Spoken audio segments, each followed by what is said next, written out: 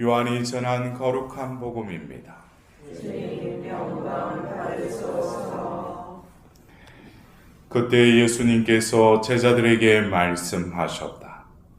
너희 마음이 산란해지는 일이 없도록 하여라.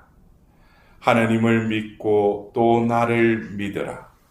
내 아버지의 집에는 거처할 곳이 많다. 그렇지 않으면 내가 너희를 위하여 자리를 마련하러 간다고 말하였겠느냐. 내가 가서 너희를 위하여 자리를 마련하면 다시 와서 너희를 데려다가 내가 있는 곳에 너희도 같이 있게 하겠다. 너희는 내가 어디로 가는지 그 길을 알고 있다. 그러자 토마스가 예수님께 말하였다. 주님, 저희는 주님께서 어디로 가시는지 알지도 못하는데 어떻게 그 길을 알 수 있겠습니까? 예수님께서 그에게 말씀하셨다. 나는 길이요 진리요 생명이다. 나를 통하지 않고서는 아무도 아버지께 갈 수 없다. 주님의 말씀입니다. 그리스도님 참여합니다.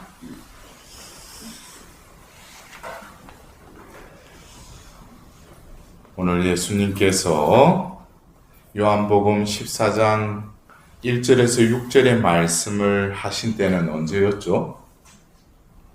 요한복음 14장의 이 배경은 바로 예수님께서 요한복음 13장부터 이어지는 그 제자들과 잡히기 전에 바로 마지막 시간을 지내면서 하신 말씀과 행동을 우리는 이 요한복음을 통해서 13장부터 17장에 이르는 그 말씀을 통해서 예수님이 이제 잡히시기 전에 어떻게 보면은 이 땅에, 이 세상에 마리아를 통해서 육신을 취하시고 이제 때가 되어서 육신을 지닌 채로 그들에게 마지막 고별사, 그들에게 어떤 유언과도 같은 이런 말씀을 하셔요. 그래서 여러분들 알다시피 요한복음 13장에는 제자들의 그 식탁에서 일어나셔서 제자들의 발을 씻기는 장면이 나오죠. 그러면서 이제 14장에 이런 말씀을 하시고 또 세계명을 주시고 보호자 성령을 약속하십니다. 그리고 이제 대사제 기도, 그 17장의 대사제 기도를 바치시고 이제 뭐예요? 끌려가시죠. 그리고 이제 순환의 길로 나아가십니다. 근데 오늘 예수님께서 너희 마음이 산란해지는 일이 없도록 하여라. 그러니까 지금 이제 예수님은 이미 자기가 가야 할 길을 알고 계시죠. 이제 내가 이제 잡혀서 이제 십자가에 못 박혀 죽는다는 거예요. 예수님은 산란해지는 일이 없도록 했는데 그들은 뭐예요? 이게 완전 산란을 넘어서서 어떻게 해요? 도망치죠. 자기가 살아야 되니까. 예?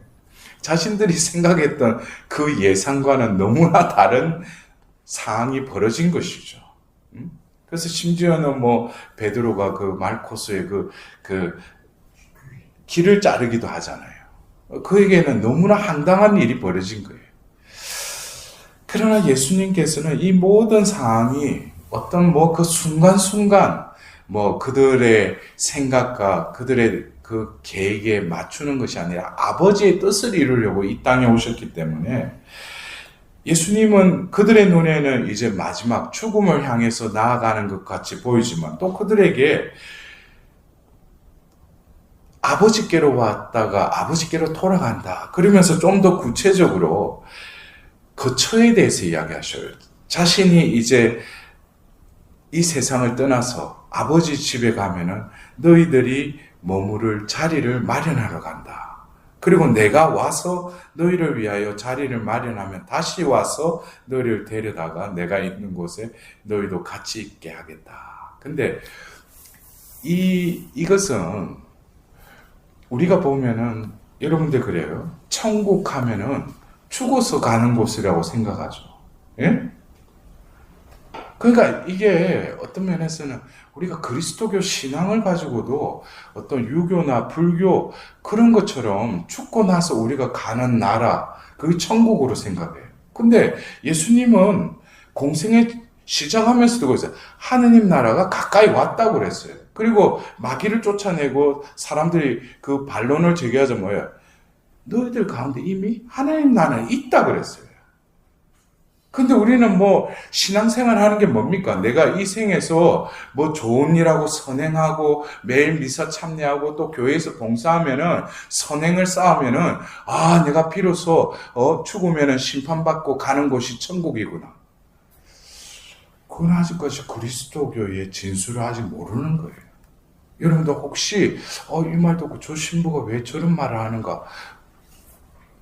여러분들 천국은 죽어서 가는 곳이 아니에요.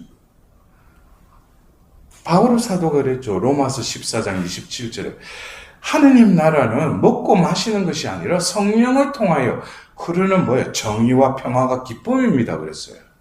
그래서 여러분들이 오늘 하루도 천국의 하느님 나라의 신비를 깨닫고 하느님 나라의 삶을 살아가는 하루가 될 수도 있고, 그냥 세상 속에 카렌더에 나오는 그냥 4월 26일 오늘 하루를 그냥 살아간다고 분주히 왔다 갔다 하는 그런 삶을 사는 사람도 있을 거예요. 근데 여러분들, 이 말씀, 내가 가서 거처를 마련하러 간다, 내가 다시 와서 너희를 데려다가 내가 있는 곳에 너희도 함께 있게 하겠다, 이것은 유대인들에게 있어서는 이 말을 들으면 언제 이 상황이 또 이루어지느냐면 혼인 때예요. 혼인 때. 그래서 혼인도 계약이죠. 혼인 계약을 맺는데 처음에 유대인들은 뭡니까? 혼인 풍습에 의해서 양가 아버지와 그 혼인 당사자들끼리 만나요. 만나고 우리식으로 한다면 약혼식을 하는 거예요. 그때 케투빔이라는 그 계약서를 적게 되고 서로 어떤 약혼, 그러니까 우리가 마리아와 요셉도 뭐 약혼한 사이라고 했죠. 그러니까 사돈될 그 사람들과 만나가지고 어떤 서약을 하고 헤어져요, 다시. 근데 그 이후에 혼인 일시와 장소, 이것은 누구만이 알고 있어요?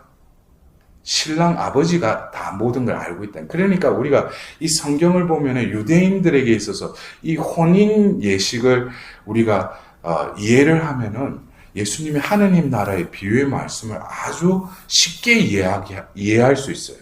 근데 우리가 그 유대인들의 혼인 풍습을 잘 모르니까 우리 식대로 그냥 뭐 생각하니까 어떤 때는 이 비유의 말씀을 잘 이해가 마음에 와닿지가 않는 거예요. 그러니까 이 상황은 뭐냐면은 일단 약혼식을 하고 나서 헤어지죠, 다시. 그리고 신랑 아버지가 이제 되었다, 이제 결혼할 때가 되었다 그러면 이제 신랑이 신부를 데리러 가죠. 그러면 신부는 그 약혼식이 있고 나서 계속 기다려야 돼요. 신랑이 언제 올지 모르니까. 그것이 이제 혼인잔치의 비유의 말씀, 종말론의 말씀, 또 유대인들에게 있어서는 혼인식 때 그렇게 하니까. 근데 이 부분은 뭐냐면은 약혼을 하고 다시금 자신의 사는 집으로 가서 신랑이 해야 될 것은 아버지의 집 가까이든지 또 조금 거리가 있든지 거기에 자신의 신혼방을 마련해야 돼요. 그 거처를 마련해야 돼요. 그리고 그거를 마련하고 그 아버지가 딱 보고 이때쯤 되면 어느 정도 됐구나, 그러면은 이제 혼인식을 하자. 그러면 이제 그때서 떠나는데 그 전에 뭡니까? 그 자기들의 신혼 거처를 마련해야 돼요, 그게. 그러니까 이 말씀은 결국 뭐냐면은 결국 예수님이 우리와의 그리스도 신부인 교회와 예수님의 그 혼인 관계가 결국 우리에게 있어서는 신랑이신 예수님과 신부의 그 교회에, 그래서 우리도 결국에는 묵시록에 나오는 신랑과 신부, 성령께서 오소서 주 예수님 하면은 아멘하고 맞아들이는 그것이 어떤 종말론의 아버지 때라는 것이죠. 근데 여기서 보면은 가서 거처를 마련하고 다시 온다고 그랬어요. 다시 오는데 우리는 다시 오신다는 것을 어떻게 이해를 하고 있어요? 예수님 재림의 때라고 생각하죠. 그리고 그 거처에 그 준비된 이들을 그 거처로 데려가신다는 거예요. 근데 여기서 보면은 이 다시 와서 너희를 데려다가 내가 있는 곳에 너희도 같이 있게 하겠다 했는데 이 다시 와서라는 것이 궁극적으로는 예수님의 재림을 말하기도 하지만 우리는 종말론적인 신앙을 살아가고 있지 않습니까? 이미 그러나 아직 이 중간에 우리가 신앙생활을 하는 데 있어서는 이미 종말은 다가왔다는 거예요. 이것은 눈에 보이는 것이 아니라 각자에게도 그 심판의 때 종말은 우리가 오늘도 구원의 날이요 자비의 때로 살아가는 이들에게는 오늘이 바로 구원받고 자비를 입는 하루라는 거예요. 그러나 언제쯤 종말이 오겠지 하고 이곳에서 지진이 일어나고 전쟁이 일어나니까 마지막 때가 되었구나 하는데 예수님 뭐라고? 그것으로 너희들은 두려워하지 말라고 그랬어요. 그렇다고 해서 그 때가 다가온다고 한 것이 아니에요.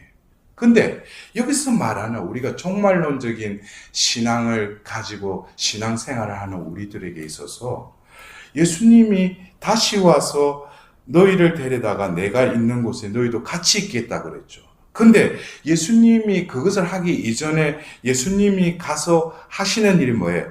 너희를 위하여 자리를 마련하면 그랬어요. 너희를 위한 자리를 마련하겠다는 거예요. 그리고 다시 오겠다는 것이죠. 근데 이미 그것은 우리 가운데 이루어졌어요. 어떻게 이루어졌어요?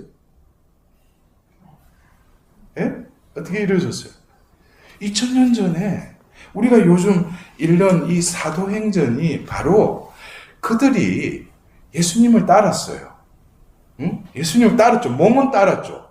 근데 그들은 예수님 몸만 따랐지 예수님이 말씀하시는 그 거처가 마련되지 않았어요. 이해가 되셔요?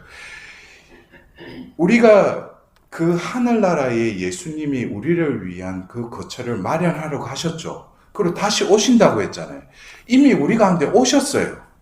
어떻게? 이제는 육신으로 이 땅에 오셨지만 이제는 뭡니까? 예수님이 약속하신 보호자 성령을 우리에게 보내신 거예요. 근데 이 사도행전의 이 사도들을 보면은 분명히 외적으로는 베드로고 바울인데 그들이 바뀌었어요. 그들의 삶의 가치관이 패러다임이 바뀌었어요. 그래서 오늘 보십시오. 오늘 비시디아 안티오키아에서 이제 바오로가 1차 전도 여행을 하면서 그 유명한 설교를 해요. 근데 그 설교를 하는 중에 13장 26절에 보면은 형제 여러분, 아브라함의 후손 여러분, 그리고 하나님을 경외하는 여러분, 이 구원의 말씀이 바로 우리에게 파견되셨습니다. 그랬어요. 여러분들 그래요. 어떤 때는 우리가 복음을 전할 때 내가 그 말씀을 선포한다고 생각하잖아요. 근데 바오로 사도는 자기는 피동적으로, 수동적으로 누가 나를 파견했다는 거예요. 하나님이 파견했는데 말씀이 우리에게 파견되셨다는 거예요. 그래서 이 전도 여행의 주체는 누구라는 거예요? 1차 전도 여행에 그들이 단식하고 기도했을 때 사울과 바르나바를 따로 세우라 그랬죠. 그리고 그들 파견했죠. 누가? 주님이 파견했죠. 근데 그들이 가는 곳곳마다 복음을 선포했죠. 근데 그들이 선포한 거예요? 아니죠.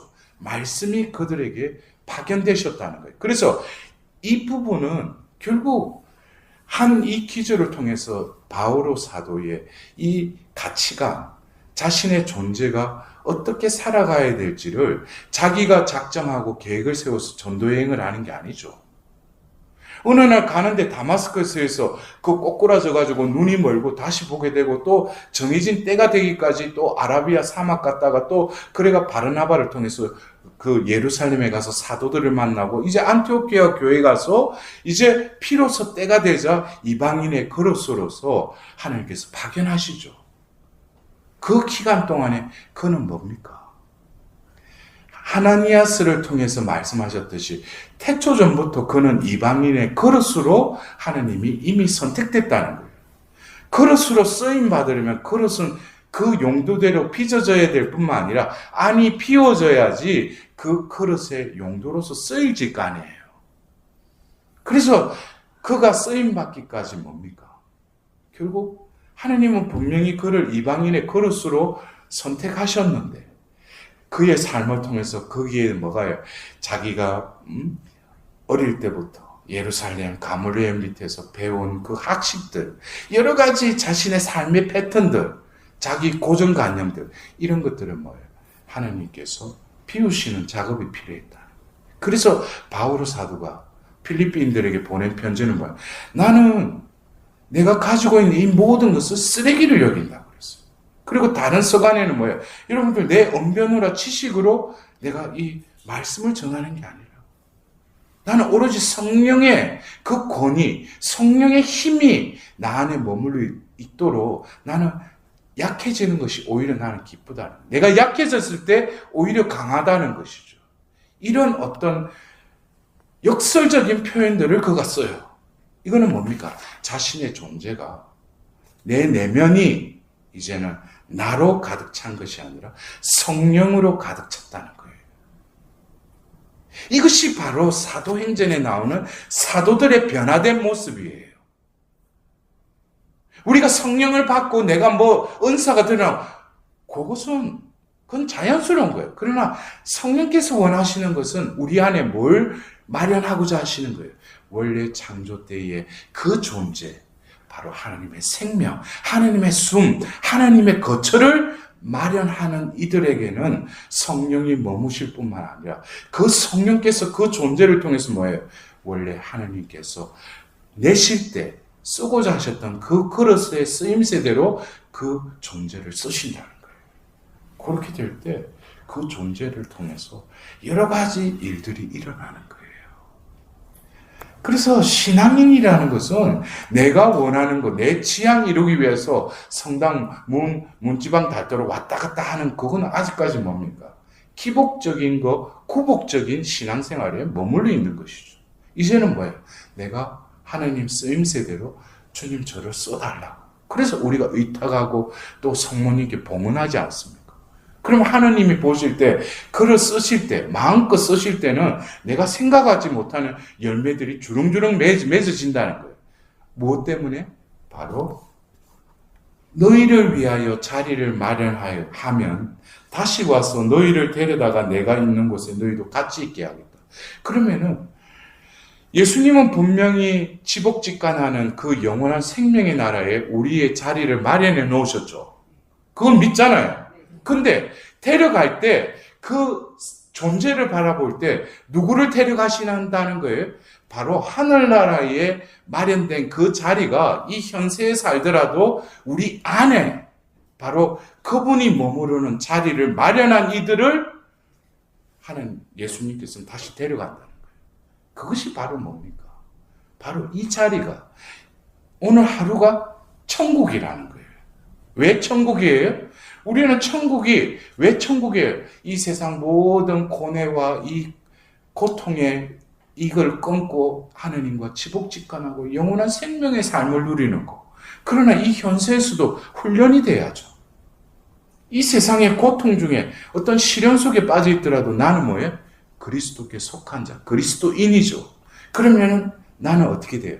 이 현세를 살면서도 내 안에 계시는 영원한 생명을 주시는 그분과 교제하면서 그분의 숨을 들어마시고 그 숨을 내쉬면서 말씀이 나를 움직이고 말씀이 나를 파견하고 말씀이 나를 통해서 역사하시는 그런 삶을 살아갈 때 나는 오늘 하루도 천국인 거예요. 하느님 나라를 지금 나는 살아가고 있는 것이죠. 그러한 준비된 자들을 하나님은 데려가신다. 여러분들 그래서 우리가 그래요. 성경은 거처로 시작해서 거처로 끝납니다. 창세기 2장 7절에 먼지로 빚은 그 코에 숨을 불어넣으니 비로소 생명체가 된 것이 사람이죠. 그 존재는 바로 뭐예요? 바로 숨의 거처, 생명의 거처, 하나님의 그 영의 거처로서 하나님은 우리 사람을 창조하셨죠. 그러나 죄로 인해서 그 거처가, 하나님의 거처가 어떻게 했어요? 나의 거처로 바뀌어버린 거예요. 그래서 죄의 타락 중에 있는 우리들은 자칫 내가 방심해버리면 뭐예요? 또 나로 살아가는 거예요. 근데 회심하면 뭡니까? 하나님 은총이 또 나에게 임하시면 하나님 뜻대로 살아야지. 근데 또 한순간에 또 뭐예요? 또 내 뜻대로 사는 거예요. 이것을 분별하고 끊임없이 하나님께 의탁하면서 성모님께 봉헌드리면서 내 존재를 어떻게 해? 그분의 거처로 끊임없이 내가 살아가려고 할 때 내 존재가 변화될 뿐만 아니라 그것이 바로 구원받은 자의 삶으로 하나님께서 우리를 들어 올리신다는 거예요. 그때는 세상 속의 어떤 고뇌, 어떤 이런 그 고통 속에서 하나님은 우리를 빛으로 인도하시는 거예요. 그것이 바로 똑같은 사람의 삶을 살아가지만 이 세상에 속한 것이 아니라 하나님께 속한 자로 살아가는 삶들은 틀리죠. 그들의 생각하는 거나 말하는 거나 이것이 틀리죠. 그래서 콜로새서에 보면 바오로 사도는 그리스도인들은 뭐예요? 천상의 시민이라고 합니다. 천상의 시민. 그래서 여러분들 어쩌면 오늘 이 시편 말씀, 너는 내 아들, 내가 오늘 너를 낳았노라. 우리 오늘 진정으로 하나님께서 나를 새롭게 나를 낳는 그런 하루가 될 때 얼마나 내 하루가 하나님과 함께서 하나님 보실 때 기쁘시겠어요.